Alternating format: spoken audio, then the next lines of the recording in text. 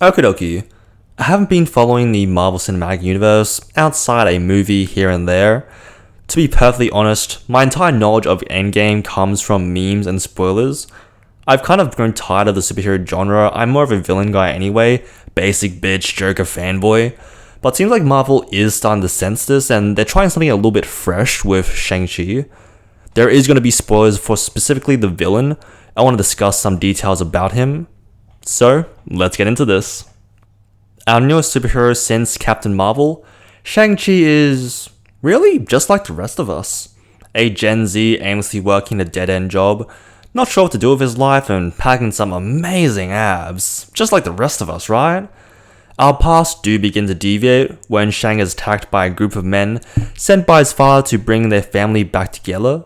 This initial introduction is actually kind of a breath of fresh air.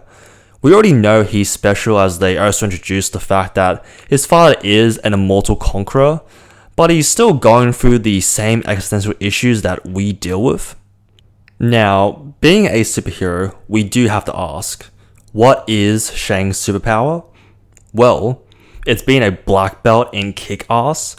Instead of the usual superhero fights, this movie has made me realize something I had long forgotten. I love martial arts movies.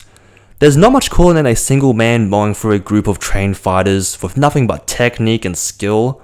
The first half of this movie provides us with plenty of fights, giving this movie probably the best fight choreography out of the entire Marvel franchise. The train and scaffolding fights are absolute eye candy. It makes me realize that there's a ton of movies I haven't watched that have action just like, if not better than this movie. The second half does start to veer back into familiar territory, move onto a battlefield between the good and evil armies, and then a mega soul sucker appears for Shang-Chi to karate chop. I am a bit disappointed that it went back down this route. I was really hoping for some more high-octane kung fu action. We do get some Tai Chi with the 10 rings mentioned in the title of this movie, which I should mention are a pretty cool weapon themselves. It is a bit simplified from the comic version. They're kind of similar to the Infinity Gems where each ring has a unique power, but this version still shows a lot of versatility. They're going to be used as projectiles, basically a shotgun attached to both arms, powerful enough to vaporize enemies, and they can also form energy chains to be used as whips, allowing you to take out multiple enemies or block enemy fire. It's also used as a sort of rocket jump, blasting the rings below you to launch into the air, and then blast them again at where you'll be landing to absorb the full damage. There's surprisingly quite a lot of thought put into the physics of how they work, and I always appreciate attention to detail. The introduction of these new weapons does make me worry about the future fights with Shang-Chi. I enjoy this movie because our main character is a kung fu master, and I really hope Marvel isn't stupid enough to throw away this element in the next movie. Like, keep the rings for Battlefield and Fing Fang Foom, but make sure we get some more hand-to-hand combat to satisfy the craving that you've given us now, Marvel. Speaking of villains like Fing Fang Foom, the Mandarin has probably become my favorite Marvel villain, which I guess doesn't really say much because I don't find Marvel villains to be that iconic. I should mention that I also haven't seen Thanos in action, and I've probably missed some other villains as well. But Mandarin can be really described more as an antagonist than a villain. His goal isn't to destroy humanity or take over the world. He actually grew out of that phase by the time we meet him. He simply wishes to bring back his dead wife. He's manipulated by a creature called the Dweller in Darkness, pretending to be his lost lover trapped behind a sealed gate residing at his wife's secret home village. They make him so sympathetic. So much so that I'm almost ready to look past the fact of how shitty of a father he was and that he was probably Genghis Khan in the past. Heck, we've all been there. When I'm depressed, I lie down in my bed and I don't do anything. When the Mandarin is depressed, he almost burns out an entire village and destroys the world. I was actually really annoyed that he had to die. It felt like we could have had a longer redemption arc with him.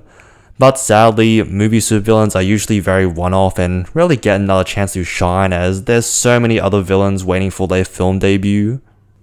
I also want to talk about Katie. She is an amazing comic relief. She's, I guess, just the best friend that tags along with the world-ending plot because why not have civilian casualties? But I laughed whenever she was on screen and never felt like she was interrupting or ruining the moment.